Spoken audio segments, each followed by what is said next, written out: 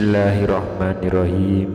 Assalamualaikum warahmatullahi wabarakatuh. Alhamdulillahirabbil alamin. Wassalatu wassalamu ala asrofil anbiya'i wal mursalin nabiyyina wa habibina Muhammadin wa ala alihi wa sahbihi ajmain wa man tabi'ahum bi ihsanin illa yaumiddin. Allahumma sholli ala sayyidina Muhammad wa ala ali sayyidina Muhammad. Harapan dan doa saya semoga saudaraku semuanya selalu diberikan kesehatan, dilapangkan rezekinya, diampuni dosa-dosanya, dipanjangkan umurnya, dan semoga kita tidak mati kecuali mati dengan beriman dalam Islam. Dan sempatkanlah menuliskan sholawat di kolom komentar. Insya Allah bisa menjadi bukti cinta kita kepada Rasulullah Muhammad Sallallahu Alaihi Wasallam. Semoga syafaat beliau bisa kita peroleh di akhirat kelak. Amin ya Rabbal Alamin. Sahabat beriman yang dirahmati Allah, Rasulullah Sallallahu Alaihi Wasallam adalah manusia yang paling mulia dan tidak ada sedikit pun cacat dalam pribadinya. Setiap perkataan, perbuatan, dan ketetapannya menjadi sunnah dan sebagai contoh dalam kehidupan umat manusia. Allah Subhanahu wa Ta'ala memuji Rasulullah Sallallahu Alaihi Wasallam dalam salah satu ayat di dalam Al-Quran. Laqad kana lakum fi Rasulillahi uswatun hasanatun liman kana yarjullaha wal yawmal akhira wa zakarallaha katsira, yang artinya sungguh pada diri Rasulullah benar-benar ada suri teladan yang baik bagimu, yaitu bagi orang yang mengharap rahmat Allah dan kedatangan hari kiamat serta yang banyak mengingat Allah. Quran Surat Al-Ahzab surat ke-33 ayat yang ke-21. Salah satu di antara keistimewaan Rasulullah adalah kecintaan beliau kepada umatnya. Rasulullah sengaja menahan doa mustajabnya di dunia untuk urusan di akhirat kelak sebagai syafaat untuk umat-umatnya, sampai-sampai di akhir menjelang wafatnya beliau pun yang ada di dalam benak pikirannya adalah umat-umatnya.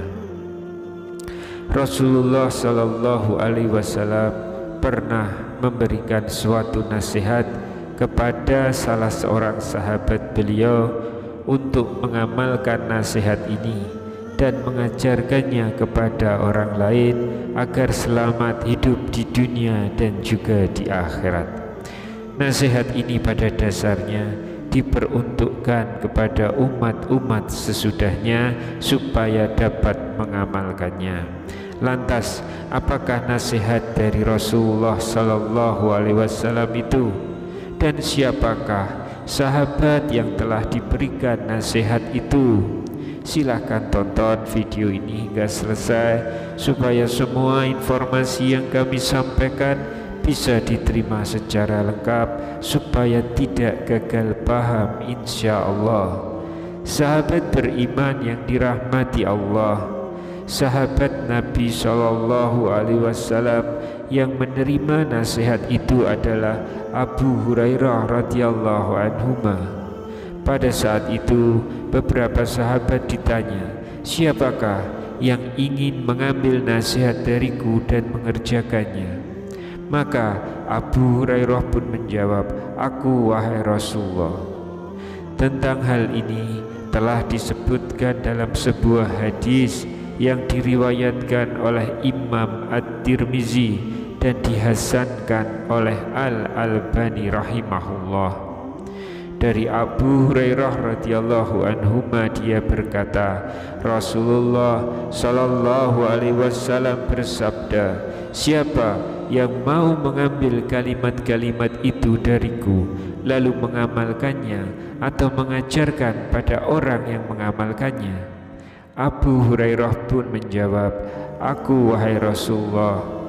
Rasulullah kemudian meraih tanganku lalu menyebutkan 5 hal.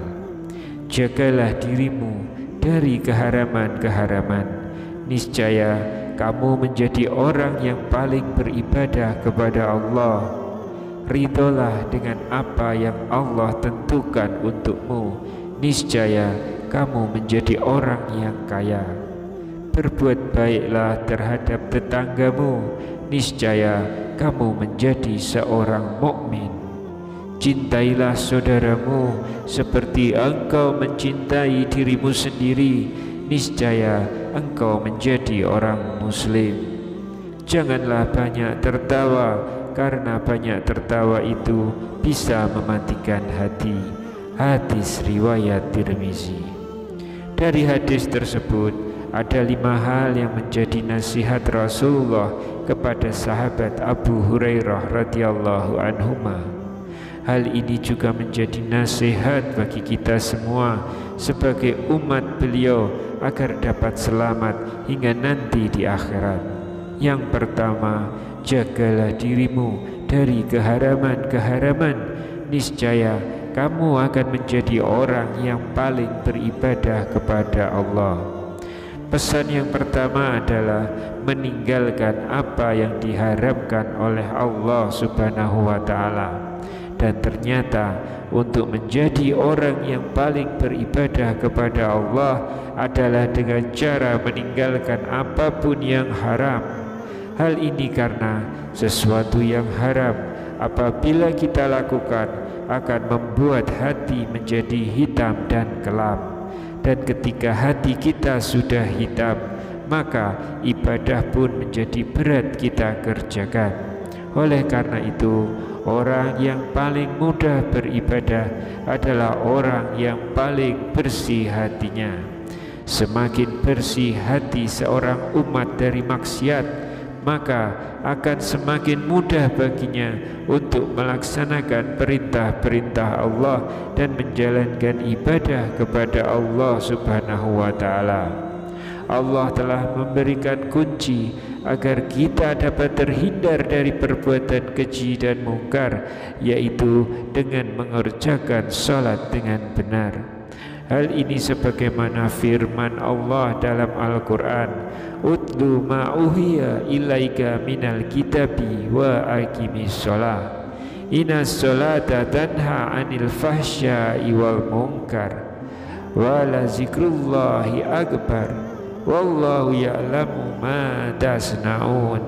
Yang artinya, bacalah Nabi Muhammad kitab Al-Quran yang telah diwahyukan kepadamu dan tegakkanlah sholat.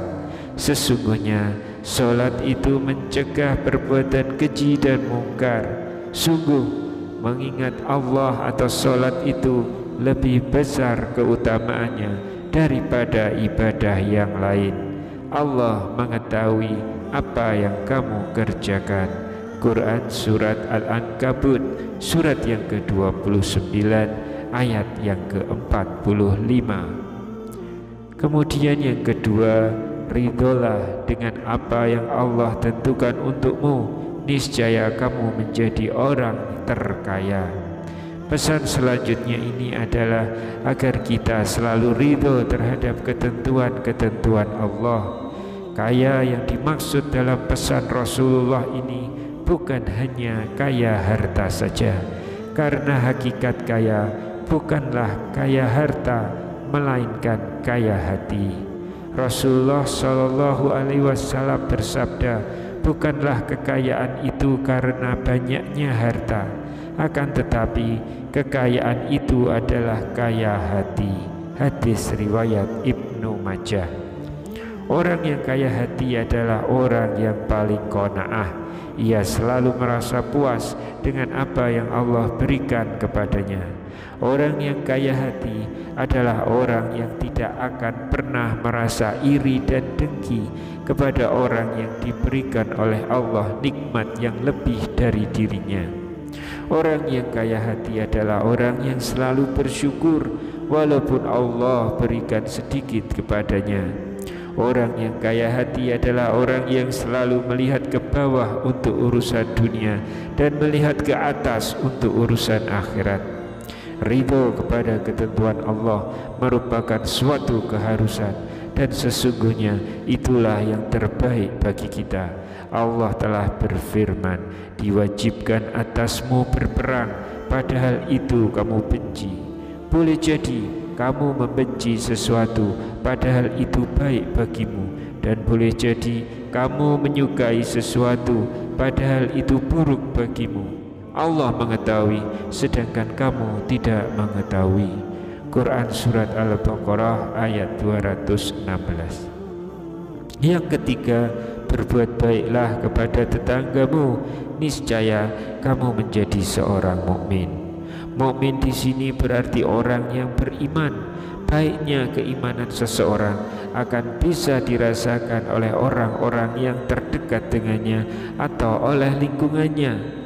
Rasulullah Shallallahu Alaihi Wasallam pernah menyampaikan bahwa tidaklah dikatakan beriman seseorang sebelum ia berkata baik, memuliakan tamu dan tetangganya. Sebagaimana disampaikan dalam sebuah hadis, Rasulullah bersabda, tidak beriman seseorang sehingga ia mengatakan apa yang baik, atau jika tidak bisa maka ia diam. Tidak beriman seseorang sehingga ia memuliakan tetangganya, dan tidak beriman seseorang sehingga ia memuliakan tamunya. Hadis riwayat Bukhari dan Muslim. Kemudian yang keempat, cintailah untuk saudaramu seperti kamu mencintai dirimu sendiri, maka niscaya kamu menjadi orang Muslim. Muslim bermakna orang yang menyelamatkan. Menjadi Muslim artinya menjadi orang yang menyelamatkan orang lain dari kejahatan lisan atau perbuatannya. Menjadi Muslim adalah mencintai orang lain seperti ia mencintai dirinya sendiri. Jika ia mengharapkan kesehatan untuk dirinya, maka ia mengharapkan pula kesehatan itu dirasakan oleh orang lain. Jika ia mengharapkan mendapatkan kebaikan untuk dirinya, maka doakanlah pula kebaikan yang sama dirasakan pula oleh orang lain. Jika ia mengharapkan kebahagiaan untuk dirinya, maka ia pun akan mengharapkan kebahagiaan itu dirasakan pula oleh orang lain. Hal seperti inilah yang dicontohkan oleh sahabat-sahabat Nabi dari kaum Ansor yang mendahulukan saudaranya kaum Muhajirin daripada diri mereka sendiri. Tentang hal ini telah diabadikan dalam Al-Quran. Allah berfirman, orang-orang Ansor yang telah menempati kota Madinah dan beriman sebelum kedatangan mereka Muhajirin mencintai orang yang berhijrah ke tempat mereka. Mereka tidak mendapatkan keinginan di dalam hatinya terhadap apa yang diberikan kepada Muhajirin. Mereka mengutamakan Muhajirin daripada dirinya sendiri meskipun mempunyai keperluan yang mendesak. Siapa yang dijaga dirinya dari kekikiran, itulah orang-orang yang beruntung. Quran Surat Al-Hasr ayat yang ke-9. Yang kelima, jangan banyak tertawa, karena itu bisa mematikan hati. Islam mensyariatkan kaum muslimin untuk banyak tersenyum, karena tersenyum merupakan sedekah. Dan Islam melarang banyak tertawa, karena segala sesuatu yang berlebih-lebihan atau melampaui batas akan membuat hati menjadi mati. Dalam hadis yang diriwayatkan oleh Aisyah radhiyallahu anha, bahwa dia berkata, saya tidak pernah melihat Rasulullah tertawa terbahak-bahak hingga kelihatan tenggorokan beliau. Beliau biasanya hanya tersenyum. Hadis riwayat Bukhari dan Muslim. Rasulullah juga bersabda dalam hadis yang lain, janganlah kalian banyak tertawa, karena banyak tertawa akan mematikan hati. Hadis riwayat Tirmizi. Menurut Imam Al-Ghazali, jika hati mati, hati tidak akan bisa menerima peringatan Al-Quran dan tidak akan mau menerima nasihat yang baik.